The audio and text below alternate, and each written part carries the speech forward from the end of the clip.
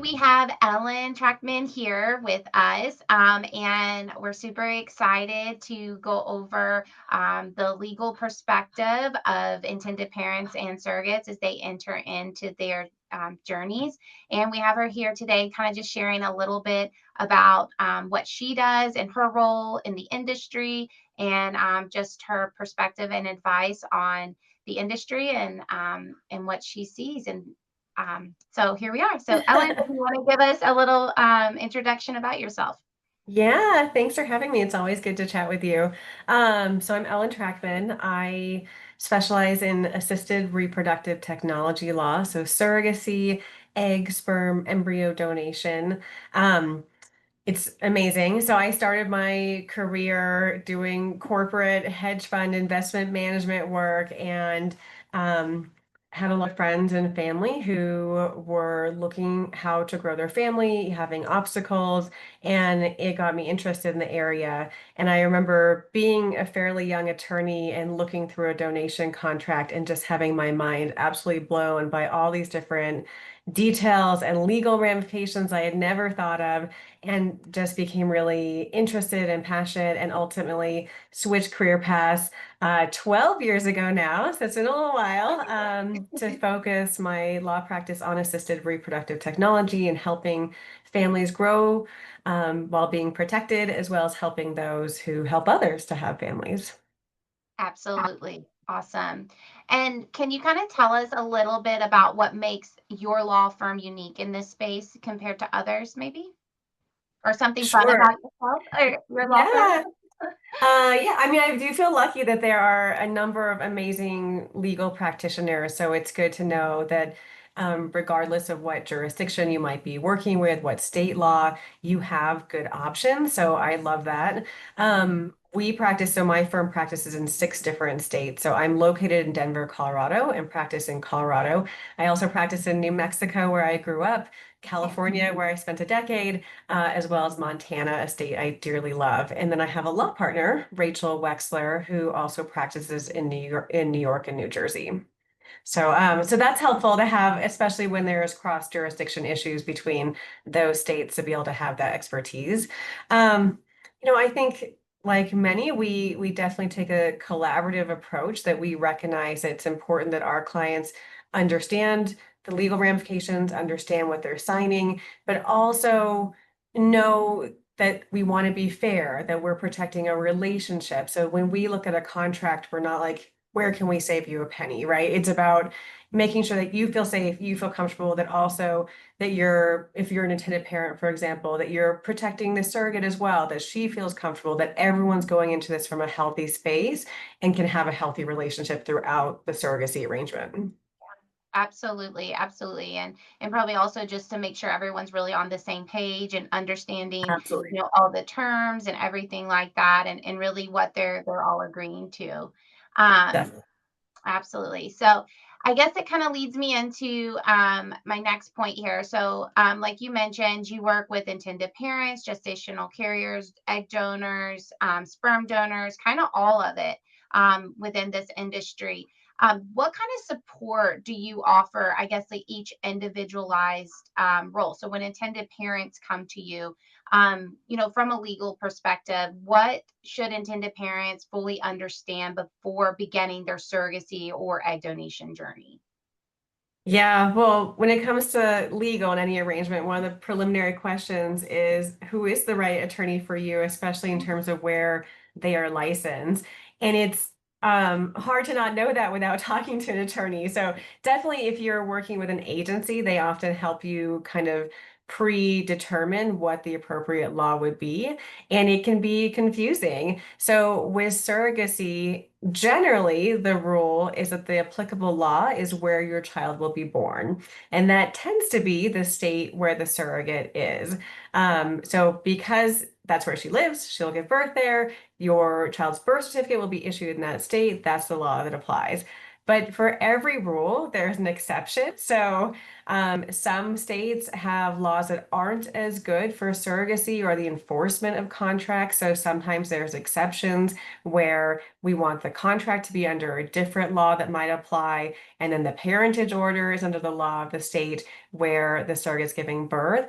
But kind of figuring out those intricacies, those legal issues from the beginning when you're matched with a surrogate or a donor to then know who's the correct attorney to talk to, who's the right representation to go down that path and have your contract appropriately under the law of that state and enforceable and supporting both your legal rights as expected. Right, absolutely. And then I guess kind of on the flip side, from a surrogate's point of view, what are some things that she should be considering when selecting her legal counsel? Yeah. So similarly, she needs to Yeah. know what law will apply. Again, it tends to be where she lives, but that's not always, there's always exceptions. And hopefully, I feel like with most agencies, most arrangements, you're given recommendations or choices so that you can see who attorneys might be in the area who are experienced with the area of law, who would be available to help you on your time frame. And then for many, they'll reach out and connect with several attorneys to feel who can answer their questions in the way that feels right to them and feel good about their legal representation. Great. And then I know you mentioned working with agencies a lot. Do you also work with independent, intended parents as well as, and also gestational carriers who are doing an independent journey? Yes, absolutely. We work with many, many different great agencies. We also work with many independent arrangements where there's no agency involved.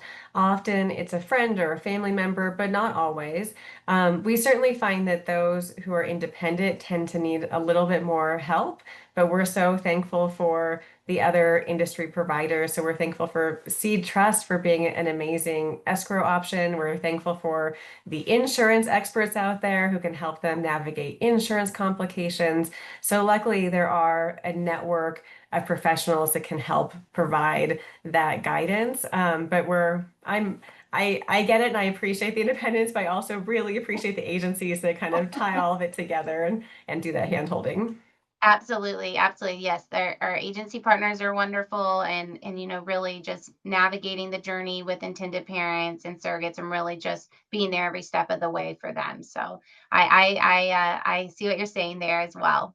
So I guess kind of, when you do come into these challenges, sometimes that maybe come up in a surrogacy journey, what do you tend to see is like a common there are like common misunderstandings or tensions, and that creates challenges. um is there any kind of pattern Yeah. there of common, subjects, I guess, that tend to get brought up? Sure. I mean, the more that the party, so in surrogacy, the intended parents and the surrogate have thoroughly discussed kind of all the worst case scenarios, all the different options, all the details, the better it is if they have really worked those out by the time they get to legal counsel. And especially with really good experiences, agencies, they'll help them go through that. But I would feel, I mean, I definitely see intended parents or surrogate come into the contract phase and the contracts are so detailed. And I'm sorry in advance for those having to go through a contract where everyone's very excited to go through this happy time. And then the contract will just contemplate all the bad things happening, which knock on wood are very unlikely to happen, but maybe it happened to someone or possible. Yeah. And so it's important to talk about from the beginning. So that can be hard to really think through difficult scenarios. I mean, no question that probably one of the hardest for everyone is to think through a loss or a termination or necessary termination of a pregnancy. And that's just an element that everyone needs to really be on the same page to really understand kind of potential scenarios. How would everyone deal with it? Does everyone agree how that would be handled? Um, Vaccines are a really big issue for many years. I feel like less so now. Yes. But certainly, again, making sure everyone feels similarly or are comfortable with each other's stances that work together in terms of how vaccines would be dealt with. But yeah, there tend to be tend to be themes of how people what obstacles they come across. But don't be scared that these scenarios hopefully won't happen, but it's, best practice to think through them and have a plan and really make sure you are in agreement with among each other. Yeah, absolutely. I couldn't agree more with that. So I guess kind of taking away from that is really just educating your clients and just really making sure that they have an understanding of all of these different types of I guess themes and what could go wrong and making sure everyone is really on the same page there. That's probably the biggest challenge and takeaway, especially during the contracts phase. Sure, absolutely. Yeah. So kind of, I guess, transitioning over to escrow and common themes there, or kind of transitioning over to compensation. What challenges, I guess, do you typically see when it comes to the compensation portion of the contract phase? Yeah. Well, again, this is another place where agencies are so helpful because they tend to preset a lot of those compensation terms and have that agreement from the very beginning. With independent matches, it can be much more of a challenge where everyone comes in like, I want to help you, we want you to help us, and then really getting to those details can be harder. But we are so thankful for escrow holders because of the very important role they provide of putting money aside, making sure the gestational carrier or the donor in other cases are protected, that there's no fear that someone might not follow through with what they'd agreed to in the contract because all that financial resources have been set aside for this specifically. Right. And aside from that level of protection, I would say the really nice thing is just not having to have financial discussions as part of your relationship going forward. That it's not, oh, here's the receipt. I'm sorry I spent this much on this thing I needed for the pregnancy. It's Right. submitting to escrow. It's per the contract. It's automatically paid out, not having to worry about financial discussions as part of this kind of joyful time together. Absolutely. And kind of with that discussion, do you believe having an independent escrow provider is important in this journey? Just, really having someone completely neutral to all the parties when they're entering in you know, their contract phase. I guess, what is your experience with this and having someone be completely independent over maybe someone managing the funds that has maybe a bias to one of the parties? Yeah, absolutely. Having independent escrow is really important to not have to deal with a conflict of interest that might otherwise be present. So sometimes we see an agency might hold escrow or an attorney for one side might hold escrow, and that agency or attorney naturally has biases, inclinations, other responsibilities that can certainly become really apparent if there's a conflict. And so to avoid all that, you would just have an independent escrow to not have to worry about that conflict of interest. So independent escrow is definitely great to avoid those issues. Yes, absolutely. I couldn't agree more with that as well. It just eliminates, I feel like, a lot of conflict and tension, and lets us as the escrow provider really take on that and manage that. Um, so, kind of, what best practices do you follow? I guess to ensure the financial transparency and trust with your clients. Yeah. What do you mean? Yeah, it's important that everything is really open, that from the contract stance, that everyone understands all the details, what's being reimbursed, what's being paid, when, and then how that's going to happen. So what money has been put aside for their protection? How is that being paid? What if it's not paid? Then what are the parties doing to have all those backup plans in place? And it's really good for the gestational carrier or the donor to be able to see these funds are in place, to see when they put in a request for disbursement to be exactly be able to see when that's going to happen, how that's processing. So great to have escrow providers that are extremely transparent about all of that process. Sure, absolutely. And then I guess kind of touching on that, as you are talking to your clients, do you ever hear any type of misconceptions about escrow from either the intended parent side, or the surrogate side? Sure. I mean, I feel like one really basic misconception about escrow is like I've paid all this money right to escrow, which, escrow isn't taking your money. Like they are holding the money in Yeah. trust for you to be able to pay it out for you. But if that money is not used per the terms of the agreement or the contract, any remaining money goes back to the intended parent. So I feel like that's always good for them to hear that I haven't lost all of this funds. I've just put them in a safe place to pay the obligations we've agreed to. I mean, I feel like other issues that come up is how much to put in at the beginning. It's certainly considered the safest practice to estimate an amount that will cover everything through a donation or a surrogacy journey. Because once a surrogate, for example, is pregnant, she's definitely in a vulnerable state that if there was kind of a payment plan or different intermittent funding, that can be very vulnerable for her if intended parents fail to make funding to the escrow account during the pregnancy. What can you do at that point? So certainly addressing those issues and those risks if there's not full funding. Absolutely, absolutely. And I feel like that has kind of become more of a common, um, I guess, question or concern over the past several years. A lot of times I feel like intended parents maybe not don't want to put as much funds up front into the escrow.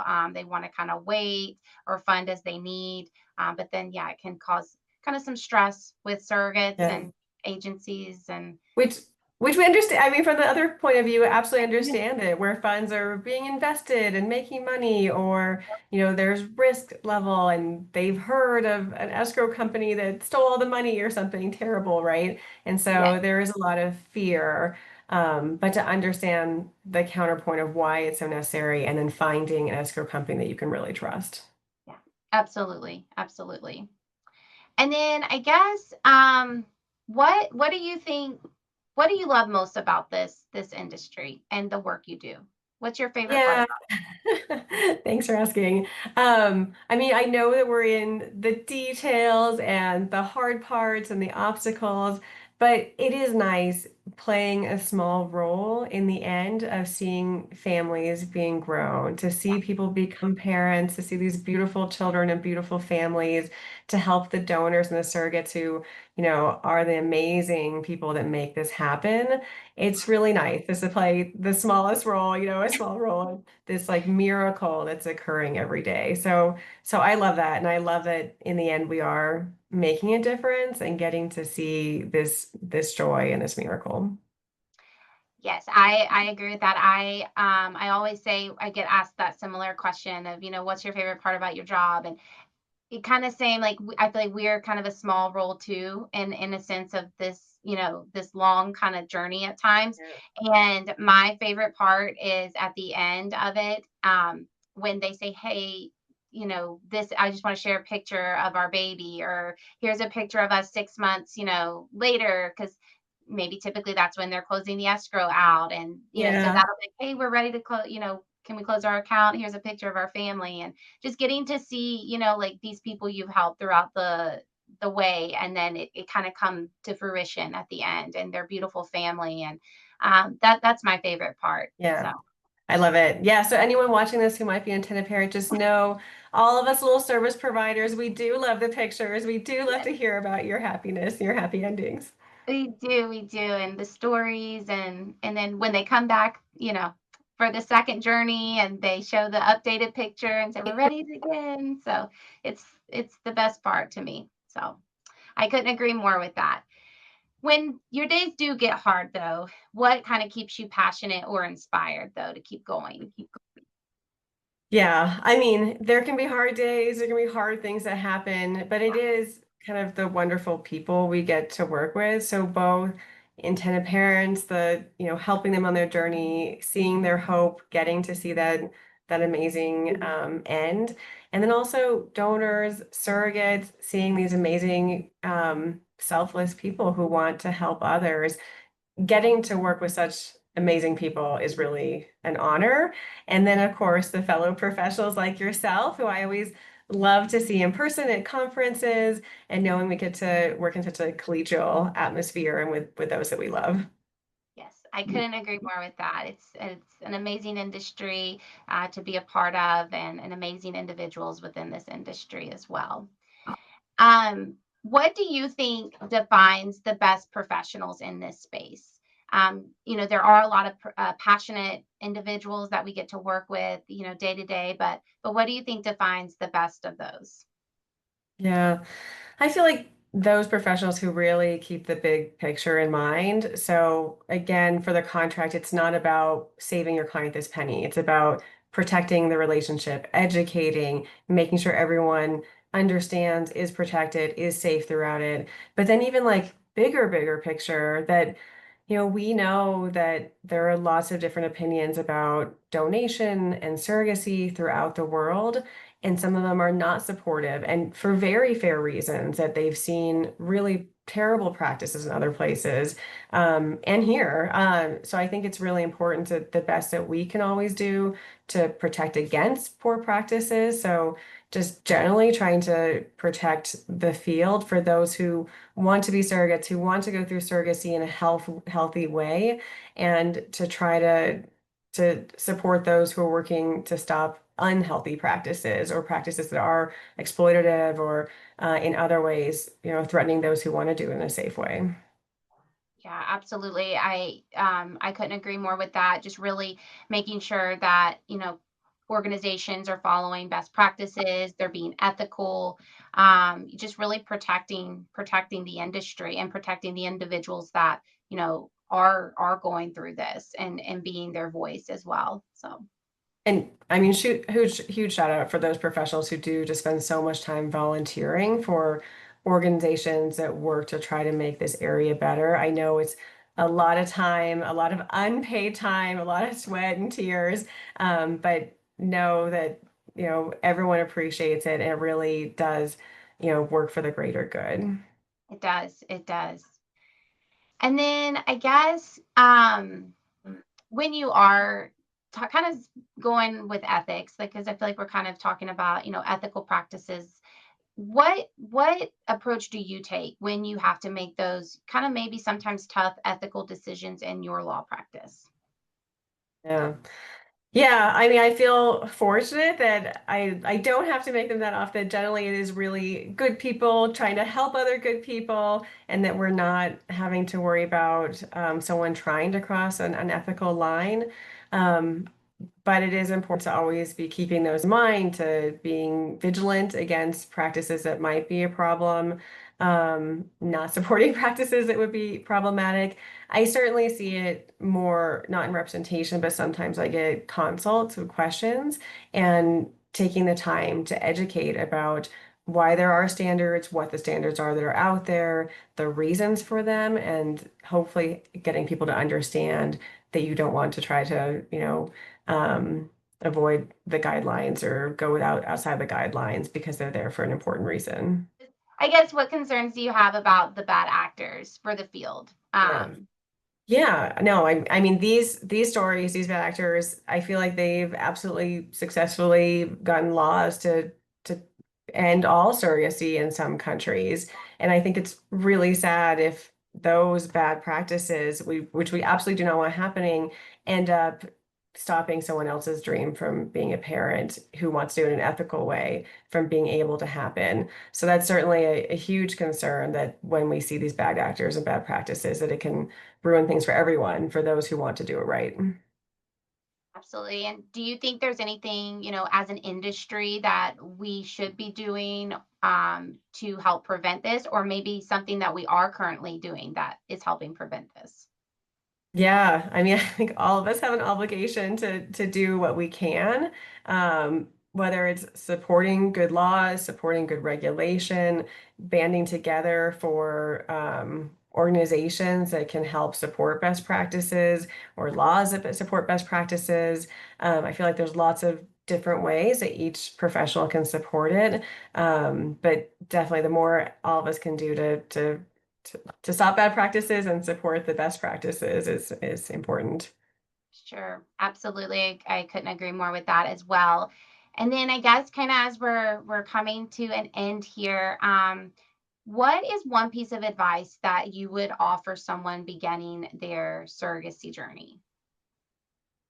Yeah, great question. I feel like do consults, like don't be afraid to reach out. I feel like most professionals, most attorneys, will do free consults in this area. So I know at my firm for sure, we offer free consults and you can just like book on our website to find a good time to connect. And I feel like the more you're doing that, the more you're going to learn from those initial discussions and the more you're going to learn about the different parties that can support you and the professionals that can support you. So I feel like the more you can educate yourself in the beginning, the better you'll be, and the safer you'll be, and the more confident you'll be going into it.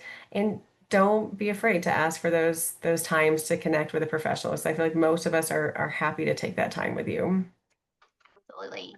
And then speaking of that, if individuals would like to get into contact with you, what's the best way? Yeah.